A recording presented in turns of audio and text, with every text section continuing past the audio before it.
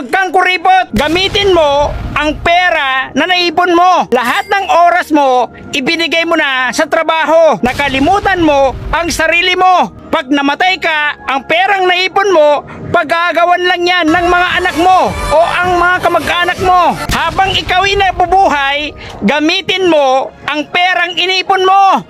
Mag-travel ka kayo habang kayo po ay bata. Pag tumanda na kayo, hindi na po kayo makakapag-travel ng maayos. Huwag po isipin kung magkano po yung gagastusin. Lagi mo tandaan, enjoy your life. Life is short. Yan na. Wala kang tiwala sa sarili mo, wala kang mararating. Tinatanggal na po ni Coach Mon ang lubid para po magkabalik na po kami sa Pangpang. Sumakay na po si Coach Mon. Let's go! Sa taga-Palimbang po, nandito po kami ngayon. Dito po kami nanghuhuli ng isda. Ito po yung kagandahan po sa Palimbang. Meron po silang port, naligaling po sa taas sa tubig. Dito po sila naliligo. Huwag po kayo manghinayang mag-travel. Dahil po ang mag-travel po, sa bawat travel nyo po, marami kayong magkikita, marami pong learnings na makukuha. Kaya huwag po magdamot, huwag po pagdamot